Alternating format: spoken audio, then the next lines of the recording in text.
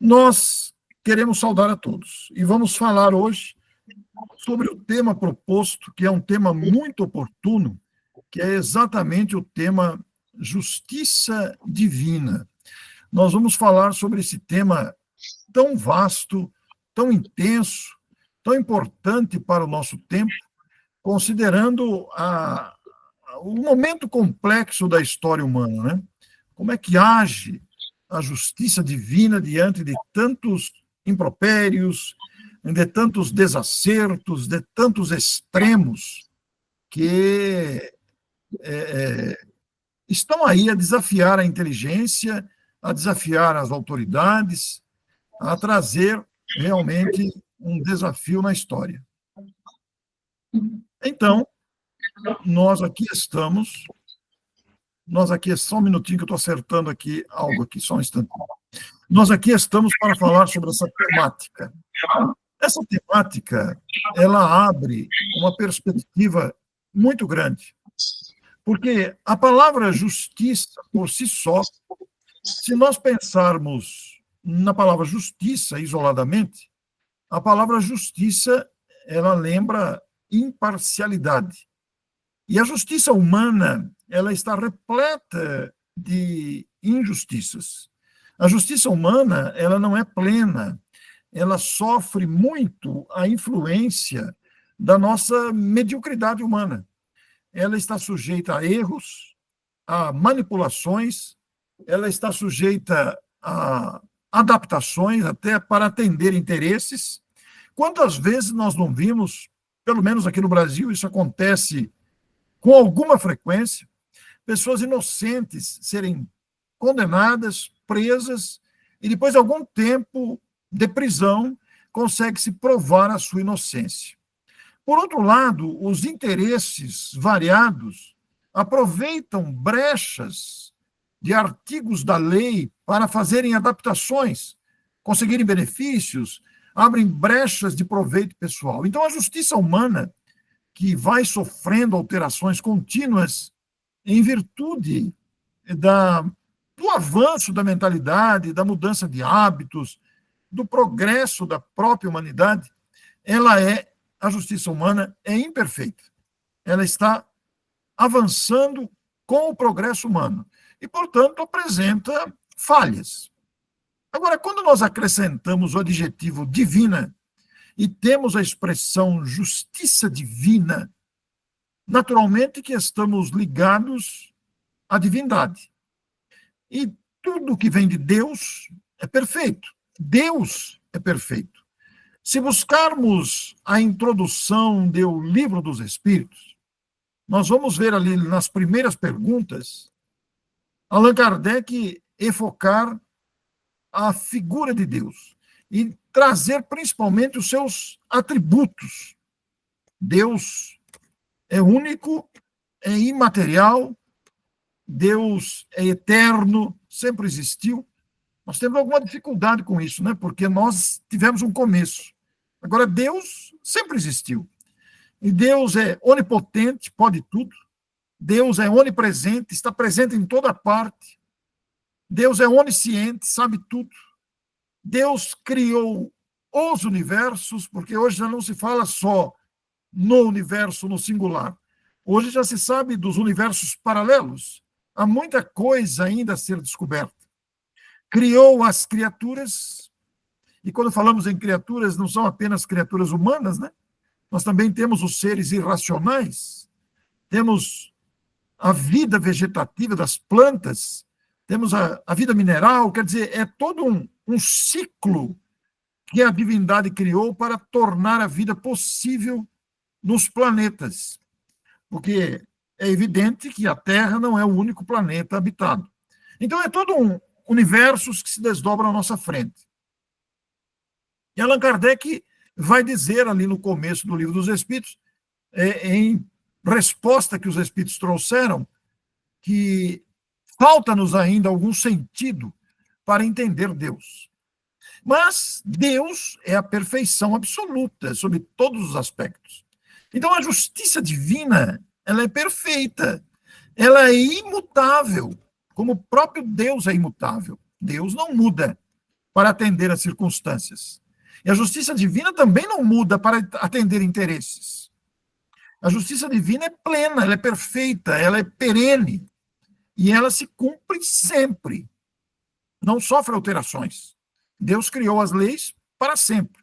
E Deus também não é parado. Deus é dinâmico. Deus age sem cessar. Estabeleceu as leis e a justiça divina, portanto, ela é perfeita. Quando nós dissemos a palavra justiça isoladamente, a gente se lembra de igualdade, a gente se lembra de imparcialidade. Não tem conexão com a divindade a parcialidade. Deus é absolutamente imparcial. Deus não tem preferência por esta criatura em detrimento da outra. Deus não prefere uma pátria em detrimento da outra. Deus não prefere uma raça em detrimento da outra. Deus ama todas as suas criaturas e providencia tudo o que precisamos para fazer esse processo de progresso. Então, a palavra imparcialidade, que também lembra que não há nenhum tipo de preferência, não há nenhum tipo de privilégio na lei divina, isso é coerente com a grandeza divina. Então, nós começamos a perceber o quanto é importante nós pensarmos no assunto, porque vemos toda sorte de abuso, de exploração, de incoerências que estamos vendo no mundo, nesse momento complexo da atualidade. E como é que vamos entender, então, diante de tantos absurdos, de tantos abusos, como é que vamos entender a ação da justiça divina? Bom, aí nós temos que considerar a importância de um detalhe muito importante neste processo todo. Existe céu e inferno? Existe castigo, recompensa? Porque muita gente pensa que vai para o céu. Outros pensam que vão para o inferno. Alguns têm medo do inferno. Outros desejam o céu. Alguns têm medo de ser castigados. Outros querem ser recompensados. Porque a pessoa comete alguns deslizes, então ela considera que será castigada. Ou a pessoa se esforça, age corretamente e pensa que vai ser recompensada. Então, isso lembra a lei de causa e efeito. Esta é uma lei muito importante, que poderia ser chamada também de lei de ação e reação. E esta lei de causa e efeito é um princípio, isso aqui é uma definição de dicionário, não é uma definição espírita, mas a lei de causa e efeito é o princípio de que cada ação tem uma reação ou efeito correspondente. Este princípio é aplicado a diversos campos, né? Como o universo físico e também o comportamento humano. A lei da física, por exemplo, determina, para citar alguns exemplos, a lei da gravidade. Qualquer coisa que eu jogar para cima volta para o chão, pela lei de gravidade. A união da célula masculina com a feminina na concepção humana gera a gestação de um novo corpo. É uma lei física, é um processo físico de gestação. Por outro lado, a união de determinados elementos químicos pode criar uma bomba, pode criar um remédio, ou pode criar um veneno. A união de certos elementos que a ciência humana vai conhecendo, vai desvendando, vai dominando e nos dá o conhecimento dessa lei de ação e reação. Se eu jogar um balde de água contra a parede, a água vai voltar para mim, não é mesmo? Então, a lei de ação e reação, ela mostra que toda ação tem uma reação, nos diversos campos do universo físico, mas também no comportamento humano. E aí é que nos interessa para analisar a justiça divina. Como é que ficamos no campo moral? Como é que essa história de castigo e recompensa, de céu e inferno, o que diz o Espiritismo sobre isso? E aí vamos nos valer de um momento importante que também estamos vivendo, que é os 160 anos de publicação do livro O Céu e o Inferno. Esse livro foi publicado em 1865, portanto, 160 anos de publicação, e que tem no subtítulo exatamente o tema. O livro Céu e Inferno trata da justiça divina segundo o Espiritismo. Isso é de máxima importância.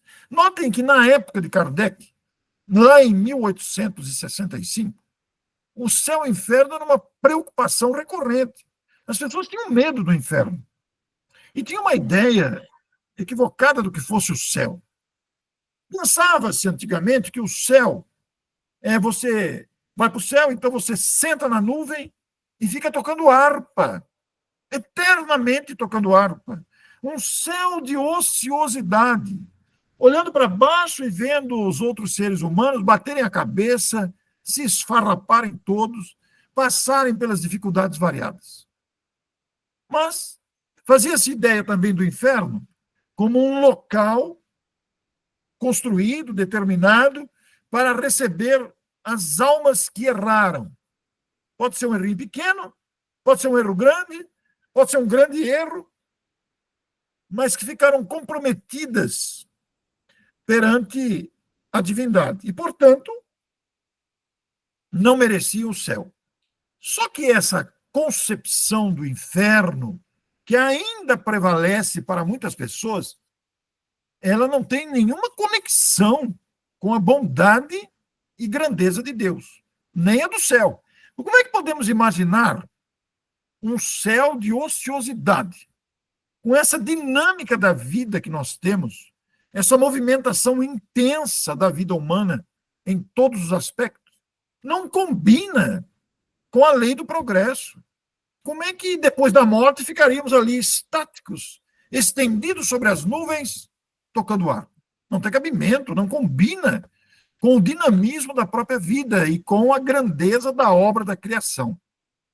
Se Deus tivesse criado só a Terra e nós fôssemos os seres humanos da Terra, a criação máxima de Deus, Deus não seria medíocre.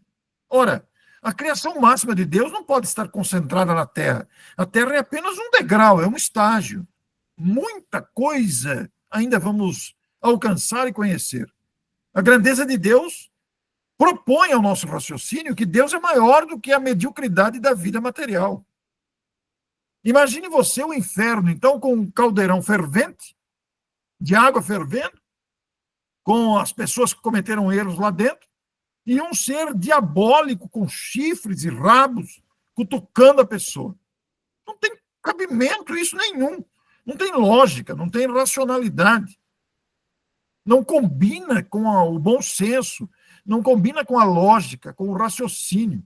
E mais, um ser que exerceria concorrência com Deus, roubando as criaturas de Deus para castigá-las eternamente. Imagine um castigo eterno, por causa de um erro, muitas vezes.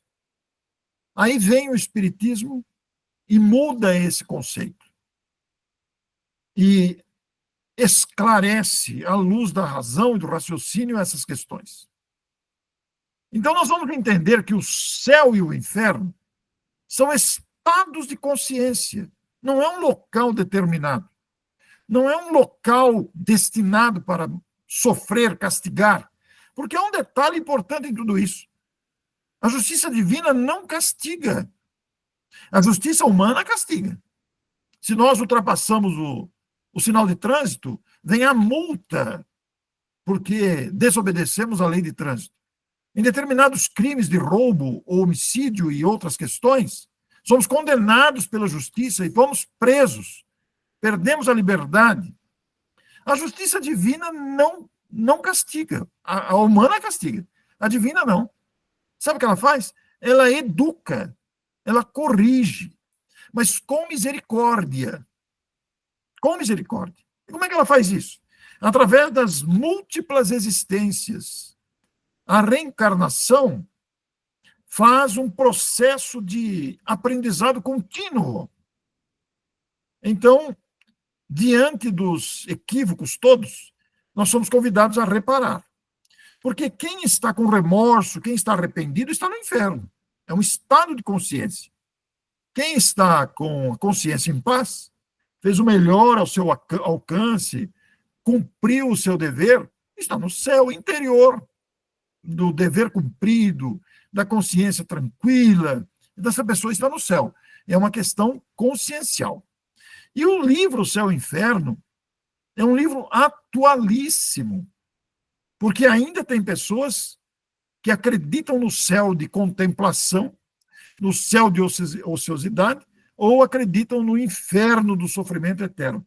E tem pessoas que acreditam no diabo. Ora, o céu de contemplação, o inferno de sofrimento eterno, a existência de um ser maligno a castigar as criaturas, são histórias inventadas para controlar a humanidade.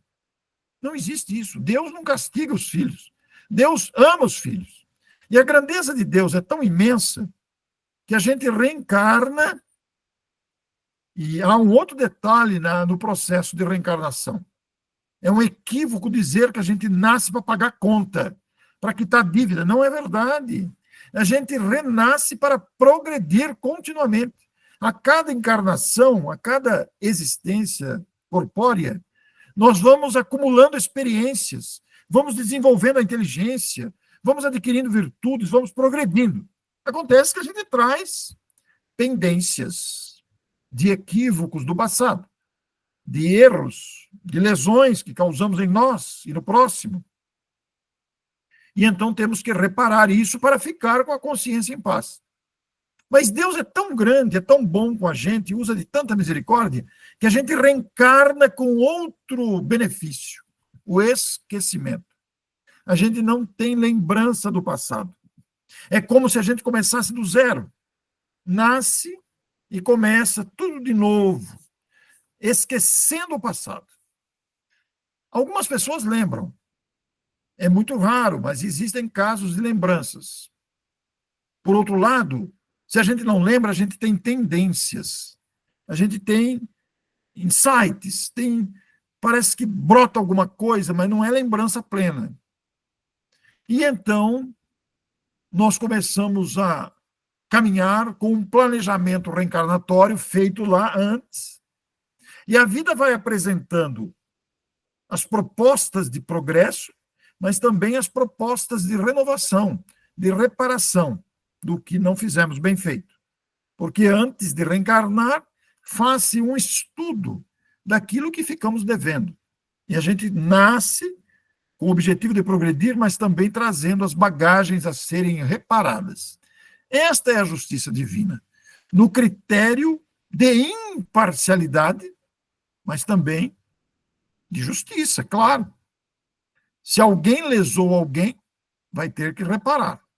Então, aqueles que roubam, aqueles que matam, aqueles que manipulam nos bastidores, aqueles que chantageiam, aqueles que mentem, aqueles que manipulam, aqueles que fazem toda sorte de lesões contra si mesmo, através dos vícios variados e contra o próximo, com os crimes, se soubessem o que os aguardam, não fariam. Mas não é castigo, é consequência, é desdobramento do ato lesivo. Então, lesões patrimoniais. Falsificamos documentos, entramos na conta bancária pela internet, roubamos bens materiais, dinheiro, carro e outros pertences. Teremos que reparar. Lesões emocionais, chantageamos alguém, assediamos alguém, a pessoa se desequilibra por causa do nosso assédio. Teremos que reparar. Lesões morais, caluniamos alguém. Teremos que reparar. Lesões físicas, matamos alguém, tiramos a vida de alguém. Teremos que reparar. Não é castigo, mas vai ter que devolver aquilo que tirou. Como é que a gente devolve a vida que tirou? Possivelmente, a gente vai receber como filho a criatura a quem tiramos a vida. E aí, se o Espírito soube perdoar, vai ser mais tranquilo, né? Mas imagine se existe um propósito de vingança. Muitas vezes poderá, não quer dizer que isso é regra, mas é uma hipótese. Teremos um filho complicado, um filho doente, que se suicidou por nossa causa, por exemplo, virá com problemas que nós levamos ele a criar. Então, a justiça divina age com desdobramentos, com consequências, com o critério do benefício do esquecimento. Isso é um detalhe muito importante. E isso está especificado nesse livro O Céu e o Inferno? Se nós dermos uma passeada pelo índice, nós vamos ler lá os capítulos. Tem vários capítulos, é claro, eu selecionei alguns. Na primeira parte, Allan Kardec, no terceiro capítulo, vai falar do céu, depois do inferno, as penas futuras. E aqui, nesse capítulo 7º, eu até gostaria de sugerir a vocês que, em outro momento, depois da live, hoje ou amanhã, ou em outro dia, quando puderem, existe um documento nesse livro chamado Código Penal da Vida Futura. Está no capítulo 7º. Nós temos o Código Penal, Portugal deve ter o seu, o Brasil tem o seu, onde os artigos da lei definem consequências jurídicas para os erros praticados. Então, determinado crime vai ser pago com multa, com serviço comunitário, ou vai ser pago com prisão, determina determinados crimes hediondos, etc. Código Penal.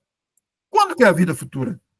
A vida futura pode ser daqui 1 minuto, daqui 30 anos, pode ser na vida espiritual, pode ser na outra existência. Então, Allan Kardec, valendo-se dos depoimentos dos espíritos, elaborou esse documento importantíssimo, Código Penal da Vida Futura. Daqui a pouco nós vamos falar mais dele.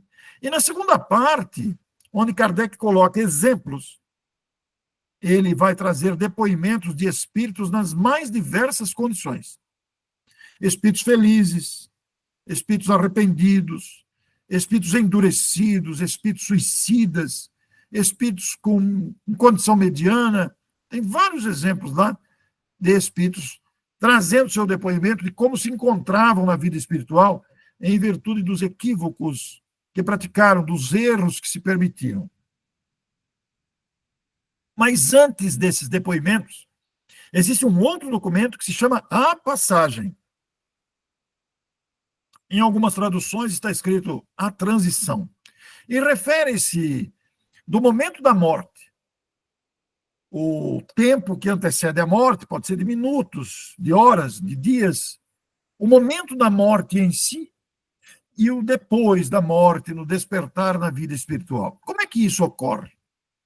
Muitas pessoas dizem, eu não tenho medo da morte, eu tenho medo de como vou morrer, é a preocupação recorrente. Mas a morte dói, poderíamos perguntar. A morte dói? Não, a morte não dói, porque o corpo vira um cadáver. Insensível. O que dói é a consciência. A consciência de culpa, a consciência do remorso, do arrependimento, que podemos colecionar em função dos desacertos que nos permitimos. Então, seria interessante passear pelo índice da obra. Seria interessante buscar algum exemplo de espírito feliz, de espírito arrependido, de espírito criminoso, etc. Porque realmente são considerações valiosas a serem consideradas.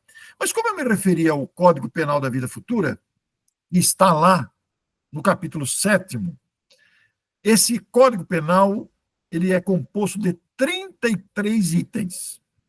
Esses itens são todos compactos. Cada item tem, em média, 4, 5, 6 linhas. Tem um ou outro lá que ultrapassa isso. São textos muito compactos, que oferecem ao pesquisador, ao estudioso, à pessoa que quer entender mais, ampliar o seu entendimento, sobre essa questão do que ocorre conosco em função dos nossos equívocos, da nossa imaturidade. Cada item desse oferece material para contínuos debates, para congressos, para estudos, para palestras, para entrevistas. Cada item aprofunda a questão. Eu selecionei alguns aqui, porque não dá para falar de 33 itens, porque cada item por si só já é um farto material de estudo. É o Código Penal da Vida Futura. Então, esses dois, por exemplo, as imperfeições geram consequências. É o item número 1. Claro que eu não coloquei o item inteiro, eu selecionei a ideia do item. Mas, em essência, o item 1 diz isso, que as imperfeições geram consequências. Quais imperfeições? todas que nós quisermos relacionar. Aí estão a ganância, a ambição, a vaidade, o orgulho, o egoísmo, o apego, a preguiça, o comodismo, o desinteresse, a omissão e por aí vai. Nós bem sabemos as imperfeições humanas quais são. Inclusive a vingança, por exemplo. Então, a pessoa que tem ciúme, por exemplo, a pessoa que tem ciúme está sempre perturbada de ciúme. O ciúme é uma imperfeição tola. Ela existe. Mas nós temos que nos esforçar para nos livrarmos dela. Assim como a ganância. A pessoa gananciosa, ela quer tudo para si. O egoísta só pensa em si. Quais são as consequências dessas imperfeições? São muitas, não existem dois casos iguais. Imagine, por exemplo, a pessoa apegada, muito apegada. A pessoa pode ser apegada ao dinheiro, à posse, a imóveis, a cargos, a dinheiro, e por aí vai. Então, é uma imperfeição, o apego. Este apego vai gerar que, ao desencarnar, ela vai ter muita dificuldade de se libertar, porque ela é muito apegada às coisas materiais. É uma imperfeição. Então, são situações que fazem a gente pensar. Então, a pessoa acomodada, preguiçosa, por exemplo, pessoa que não se importa com nada, só vive na bonança, não quer fazer nada, qual vai ser a consequência? Ela não vai progredir. Vai ficar estagnada.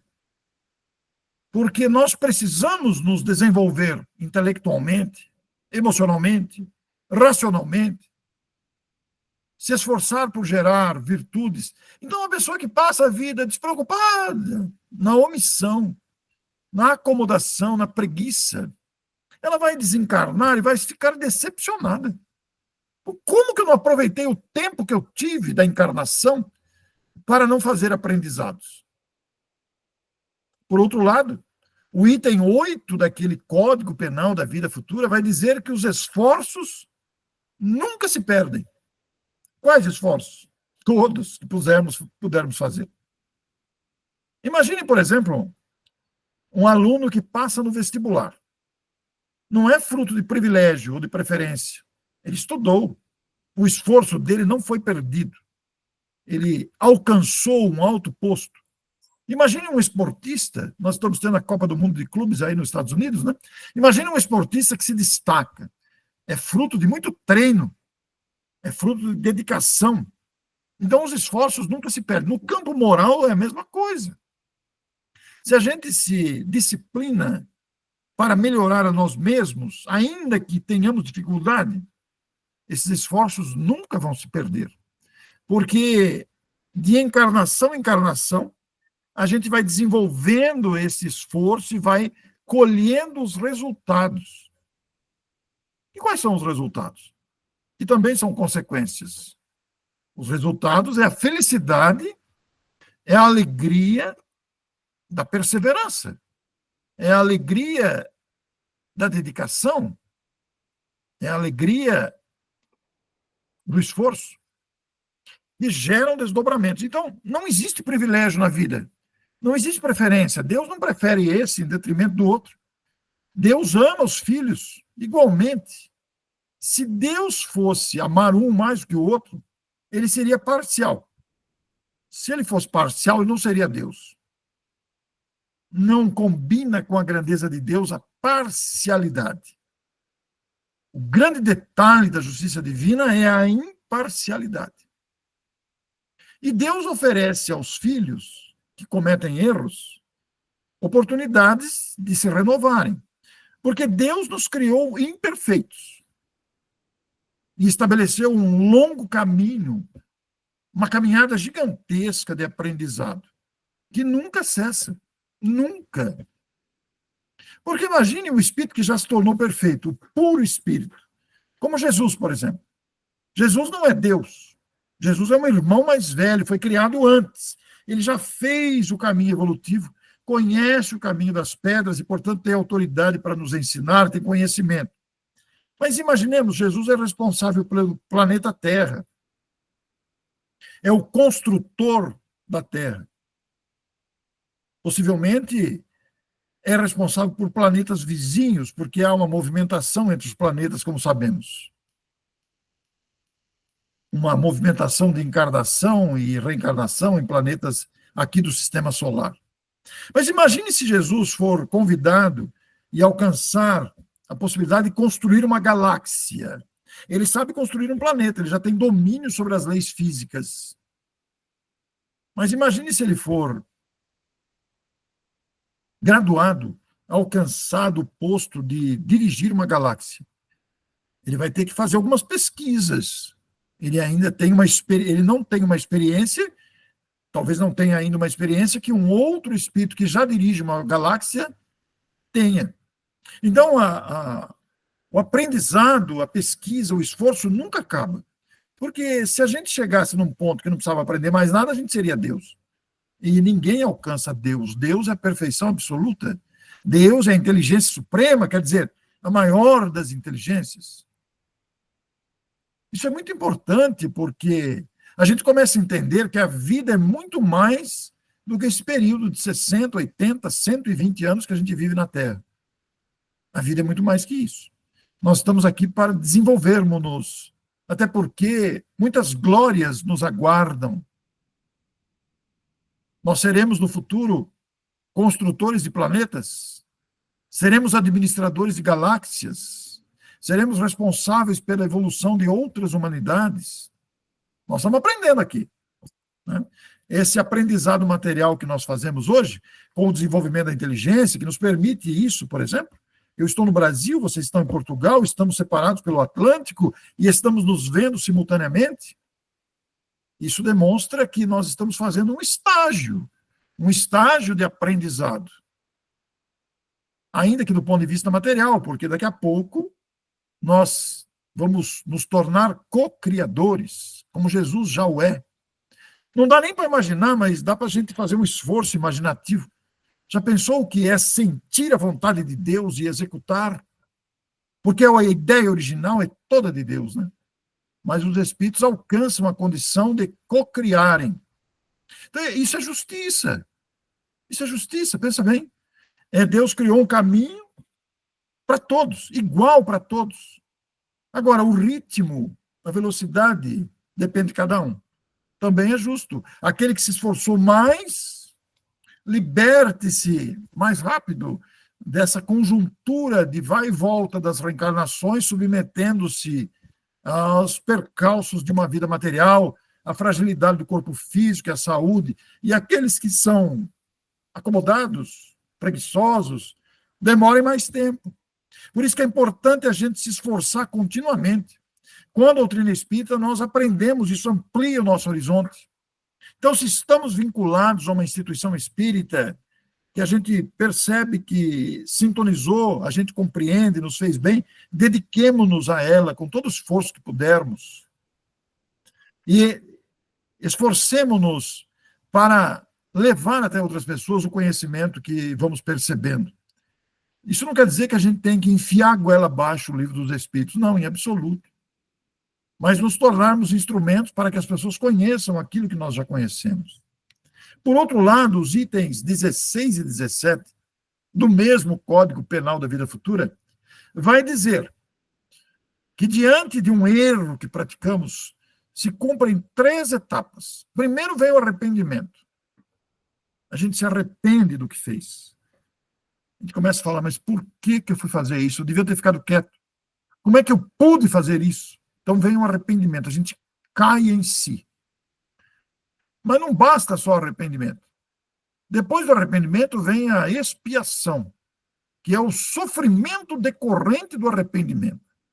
Praticamos um grande erro, caímos em si, e aí a gente fica sem dormir, fica doente por causa disso, não sabe como fazer para consertar, mas não adianta ficar arrependido e sofrer pelo que fizemos. Tem uma terceira etapa, nós vamos ter que reparar. Como é que a gente faz para reparar? A gente vai ter que desenvolver iniciativas e providências que reparem o mal que causamos. Qualquer tipo de lesão, eu citei lá atrás, lesão patrimonial, lesão física, lesão moral, lesão emocional. Então, os erros, os prejuízos que causamos a nós mesmos com os vícios ou ao próximo, com as nossas lesões afetivas, inclusive, nós teremos que reparar isso. E o Livro dos Espíritos vai dizer que nós teremos que reparar cada falta. Imagina uma pessoa que prejudicou uma coletividade. Isso não quer dizer que ela vai ter que se reparar com cada um, mas ela vai ter que se reparar coletivamente. Foi uma coletividade prejudicada pela sua ação. Muitas vezes a gente vê dedicações extremas de grandes pesquisadores que beneficiam a humanidade. Pode ser que estejam se reparando coletivamente. Alguém que descobre uma vacina, que inventa um benefício coletivo. Isso não é regra. Às vezes a pessoa faz aquilo por amor, mas pode se enquadrar também numa reparação coletiva. Então, são vastos caminhos que a justiça divina oferece para nós. A reencarnação é o mais perfeito mecanismo de evolução, porque através dela você progride, amadurece pelas experiências e tem a oportunidade de reparar-se consciencialmente, libertando-se do céu e do inferno consciencial. Então, os espíritos que estão em regiões de sofrimento no mundo espiritual não estão sendo castigados, eles estão colhendo a consequência dos próprios atos. E por que criam um local? Nós aprendemos com o André Luiz sobre umbral, aprendemos sobre regiões abismais, escuras, fétidas, lodosas. Por que existem esses locais? Porque ali juntam-se espíritos na mesma condição. Eles se afinizam, se buscam, eles têm sintonia. Então, eles criam um ambiente onde estão ali purgando, né, a consciência de culpa. Mas o outro lado também é verdade. Os espíritos afins, que se amam, que nutrem ideais superiores, também se unem, também se buscam, também sintonizam e criam estruturas espirituais belíssimas, onde fruem as alegrias e a felicidade da fraternidade. Os locais de grande sofrimento no mundo espiritual são temporários, não são definitivos, eternos. Eles são fruto da imaturidade, fruto da inferioridade moral que caracteriza os seus habitantes. Então, é isso que acontece. E é interessante que nesse Código Penal da Vida Futura nós vamos encontrar essas explicações. Eu quero sugerir a vocês que, vez por outra, consultem o livro. Procurem lá, Código Penal da Vida Futura, pode ler um item por dia e meditar sobre aquele item, vai até o 33. Todos curtinhos, todos compactos. Mas também vejam os exemplos que estão na segunda parte. Nós temos um exemplo lá de Joseph Brahe, é um espírito em condição mediana, que avô e neta se amavam muito. O avô desencarnou, a neta era criança. Tinha 7 anos aproximadamente. Na idade adulta, isso se deu na época de Kardec, quando era comum fazerem-se evocações, na idade adulta, essa neta, evocou o avô. Falou: vovô, eu queria saber como você está. Falou: minha filha, eu estou bem, mas ainda sofro por aquilo que deixei de fazer. E ela falou: como assim, vovô? Você foi uma pessoa honesta. E é verdade. Do ponto de vista humano, eu fui uma pessoa honesta, diz o avô. Mas eu fui honesto perante os homens. Mas há um abismo entre a honestidade perante os homens e a honestidade perante Deus. Eu quero indicar para vocês que peguem um livro depois, fica difícil, fica longo contar aqui, busquem lá Espíritos em Condição Mediana, Joseph Brahe, alguma coisa assim. E vocês lerem o que ele diz sobre a honestidade perante Deus, que é muito diferente da honestidade perante os homens. Por outro lado, a senhorita Emma, considerada um espírito feliz, indagada sobre a sua situação, ela solicita que sejamos resignados diante das provas, diante das adversidades, dos perrengues que passamos. Porque diz ela que Deus reserva felicidades que a gente não tem dimensão de avaliar para aqueles que passam pelas provações, pelas lutas, sem reclamar, sem murmúrios, sem se revoltar. O que também é justo, que a pessoa se resigna com a situação que enfrenta, luta com coragem e confiança em Deus. O que ela vai colher? Vai colher o benefício da sua resignação. Agora, a pessoa revoltada, a pessoa que se desequilibra, usa violência, o que ela vai encontrar? Vai encontrar violência, vai encontrar mal-estar. É uma questão de justiça, a justiça divina é assim. Ela faz com que a gente colha o que plantou. Assim funciona a justiça divina, não é castigo, é consequência. O espírito Padre Germano, que Amália Domingos Soler, na Espanha, teve a oportunidade de selecionar os seus depoimentos e transformar em livros, o espírito Padre Germano vai dizer que no futuro os juízes dos crimes variados da humanidade serão julgados por psiquiatras e não por juízes. Porque o psiquiatra vai entrar no âmago da questão. Há muitas razões para os crimes, de fragilidade, de imaturidade. Muitos crimes são praticados não por maldade. Claro que existem também os crimes por maldade, mas existem os crimes por sofrimento interior, por mágoas, por lembranças amargas. E hoje, atualmente, o que nós temos no sistema prisional? Coloca-se culpados, considerados culpados de crimes variados, pequenos e grandes, todos no mesmo lugar. E vão conviver ali mentes com níveis diferentes de perversidade ou de maldade, com aqueles que praticaram erros sem querer, com aqueles que não tinham intenção de matar ou prejudicar, são colocados todos no mesmo lugar.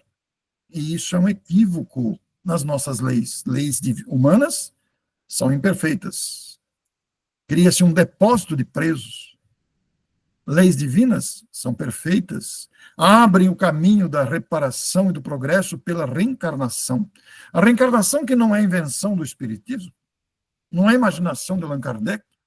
A reencarnação que é uma lei divina, é um caminho para progredirmos. Por isso eu quero indicar para vocês, procurem no YouTube Todas as Idades em Família.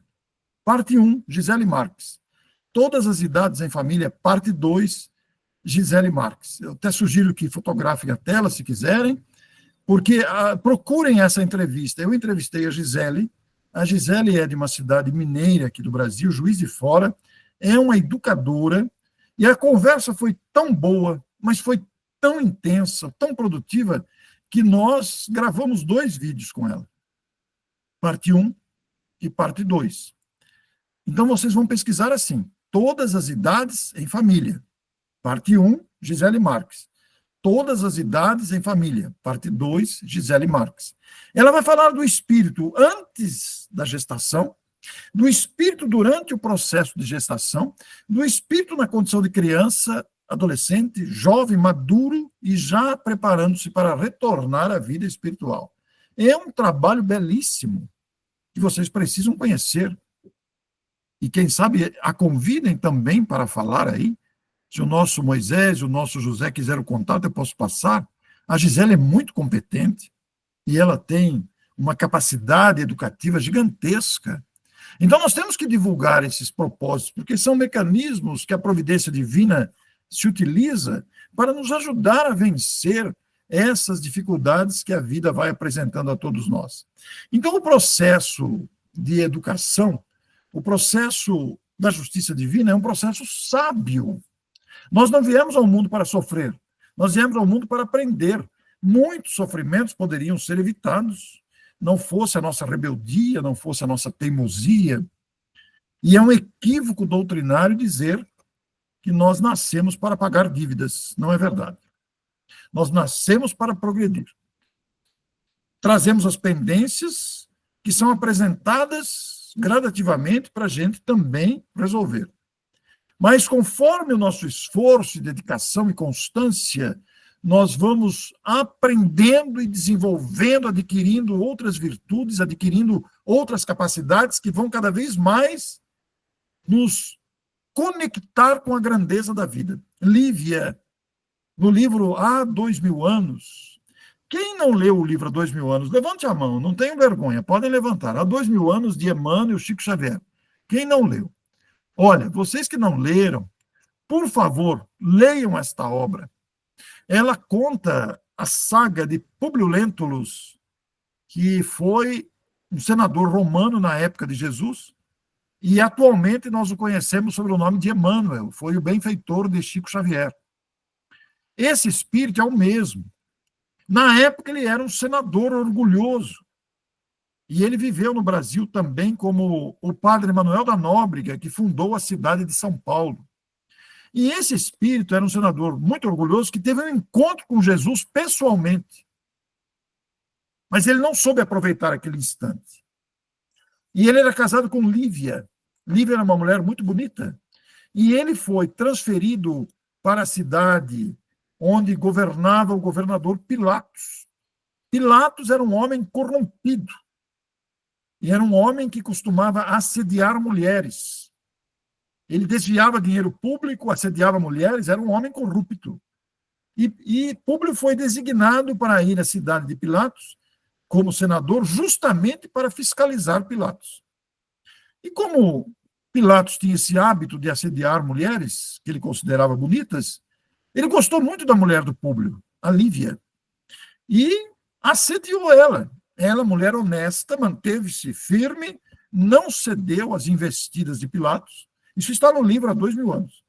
Não cedeu e foi capaz de resistir, mas não contou para o marido. E quando Jesus foi preso, isso ocorreu na época de Jesus, ela foi conversar com Pilatos para soltar Jesus, porque Pilatos poderia soltar Jesus.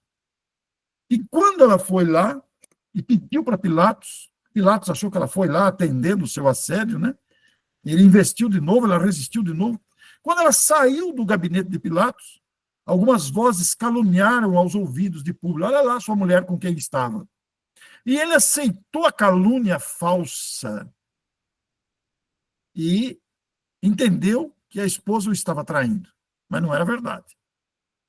Ele manteve as aparências do casamento, porque ele era um homem público, um homem renomado, respeitado, mas a isolou dentro de casa. Ficou 25 anos sem falar com ela. Durante esse tempo de 25 anos, ela ficou isolada em casa. Ela se tornou cristã, porque Jesus curara a sua filha à distância. Ana, a empregada, falou de Jesus quando a filha estava doente, e ele curou a filha à distância. E ela se tornou cristã e frequentava as reuniões dos cristãos nos calabouços, nos arredores, escondidos da cidade. E então, quando Públio, durante esses 25 anos, observou o comportamento da esposa e percebeu que ele realmente tinha cometido um equívoco, na noite que ele foi procurá-la para reconciliar-se com ela, naquela noite ela havia sido presa junto com os cristãos e na manhã seguinte foi devorada pelos leões. E Lívia, quando teve as patadas e as dentadas dos leões, levantou-se perispiritualmente do corpo, em espírito, com o perispírito, percebendo que continuava viva, constatando as lições de Jesus. E via os seus colegas de martírio também sendo devoradas, os seus colegas devorados pelos leões, e depois essas criaturas foram levadas para serem recebidas pelo próprio Cristo. E ela vai dizer no livro, por isso que eu contei esse resumo da história, as adversidades e os reveses que passamos são bagatelas diante das grandezas que nos aguardam. Sim, grandezas, meus queridos irmãos de Portugal. Deus ama os filhos. Estamos todos destinados à felicidade. Mas por uma questão de justiça divina, o que é justo, nós temos que conquistar isso passo a passo, através do esforço pessoal. Deus nos criou imperfeitos, para que tivéssemos o mérito dessa conquista. É uma questão de justiça. Eu quero convidar vocês a visitarem o meu canal de YouTube. Nós temos, normalmente alimentamos o nosso canal de YouTube quase que diariamente, né? E também o nosso blog. E eu gostaria de convidá-los a visitarem o nosso canal e o nosso blog. No blog nós colocamos nossos artigos e praticamente toda semana alimentamos o nosso blog. E o blog estão os dois, tanto o canal de YouTube e o blog estão no meu nome mesmo. E vocês vão encontrar lá com bastante facilidade. Eu quero agradecer a oportunidade de estar com vocês e me coloco aqui à disposição para aqueles que desejarem fazer alguma pergunta. Agradeço imensamente. Chamo o Moisés aqui para falar conosco, e se algo posso dizer a vocês, eu diria com a força da minha voz, com o meu entusiasmo. Meus amigos, prossigam trabalhando, prossigam confiando, prossigam amando, porque a vida conspira a nosso favor. Que não nos espantem as tempestades à volta, inclusive as ameaças de guerra que aí estão. Isso passa. Isso é fruto da ignorância e da imaturidade humana. Mas a força de Deus é maior que essa miséria humana que ainda vivemos. Superaremos tudo isso para sermos criaturas felizes. Muito obrigado. Muito obrigado, Orson. Então, agora tem, tá só, a câmera está lá no público, está ouvindo a minha voz, assim, fico meio Deus onisciente aqui, né? Só a voz aparece, mas não é nada. Coisas da tecnologia. Alguém tem alguma pergunta que gostaria de fazer para o Orson? Não fiquem tímidos. Não fiquem tímidos, eu gosto muito da interação, viu, gente? Sintam-se à vontade, eu costumo deixar os meus convidados muito à vontade, sintam-se como meus convidados, não que eu esteja aqui para responder pergunta, né? Eu também estou aprendendo, mas nós podemos trocar alguma ideia. Esse assunto assusta vocês ou melhora o entendimento sobre a questão?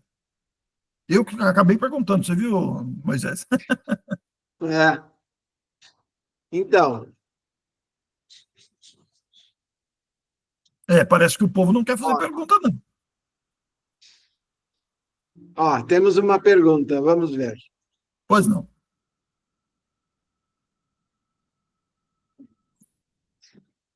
Tu queres vir até aqui? Ou faz a questão que eu falo... Isso, tá? Você repete aí, isso mesmo. Isso.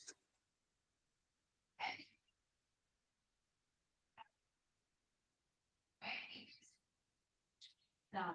Esse outro... Tá. Ele tem uma questão. Perfeito. Ela disse assim, nós temos que reparar o mal que fizemos, temos aquela... anteriormente a isso, temos a expiação, mas a questão que ela coloca é: e se aquele a quem mal fizemos não aceitar esse processo? Pois é, eu vou contar um exemplo, eu vou contar 2 exemplos para responder a sua pergunta. Apresentando esse trabalho numa determinada cidade aqui do Brasil, um menino de 14 anos, muito interessado, fez a seguinte pergunta, e citou um grande astro do esporte brasileiro, uma pessoa muito rica aqui do Brasil, muito rica, quase um bilionário, e que se destacou no esporte com grande destaque, né? E ele disse o seguinte, se eu roubar, aqui no Brasil o nosso dinheiro é o real, né? Aí que vocês estão com o euro aí. Se eu roubar aqui no Brasil R$1.000 desse fulano, desse artista, desse jogador, desse esportista famoso, ele tem tanto dinheiro que ele não vai nem perceber. E não vai sentir falta. Se ele não ver que eu roubei, ele não vai perceber, não vai sentir falta, não vai fazer falta nenhuma para ele. Como é que fica isso? Eu falei, o problema realmente, ele não vai perceber, não vai fazer falta, não vai sentir, mas o problema não é dele, o problema é seu que roubou. O problema consciencial está contigo. Então, quando nós erramos e pedimos perdão, vamos reparar com a pessoa que nós ofendemos, que nós lesamos, e a pessoa não aceita, não quer, o problema passa a ser dela, não mais nosso. Nós fizemos a nossa parte. Estamos no céu, pedimos desculpa, fizemos tudo o que estava ao nosso alcance para nos repararmos. A parte que não quer, que continua sentindo raiva de nós, por exemplo, ela está no inferno da raiva que ela continua alimentando. Nós conseguimos nos libertar. Agora, a decisão de libertar-se da raiva contra nós transforma a vida dela num inferno interior. Nós estamos em paz. Fizemos a nossa parte. O problema fica com a pessoa que não quer se reparar. O nosso dever é reparar. Se a pessoa não aceita, nós já nos reparamos. A justiça divina, ela é sempre presente. Ela apresenta para nós aquilo que nós precisamos passar para entender a vida. Ela não é, como a justiça humana, ela não é punitiva, ela é educativa, ela corrige, como dissemos em nossa abordagem, né? Então, se nós, em qualquer situação que tenhamos, praticamos atos contra alguém ou contra outras pessoas, a vida mais cedo ou mais tarde vai trazer correções para o nosso comportamento. E essas correções, às vezes, podem ser perdas do que tiramos ou do que deixamos de fazer, pode acontecer, sim, por iniciativa da providência divina a nosso favor, porque aí nos libertamos da carga de remorsos, da carga. A senhora disse que hoje fez uma grande elaboração mental da própria vida com as nossas palavras, né? Então, veja que a situação vivida traz para a senhora um novo entendimento agora sobre a justiça divina, que pode sim apresentar situações como essa. Pode sim. Olha, todos nós somos criaturas com liberdade. Deus respeita a nossa liberdade. Nós temos o livre-arbítrio, né? O importante é que tudo que façamos não nos dê arrependimento depois. Isso que é importante, porque se a gente fizer coisas que nos dê arrependimento depois, futuramente, por isso que a gente tem que analisar tudo que a gente faz.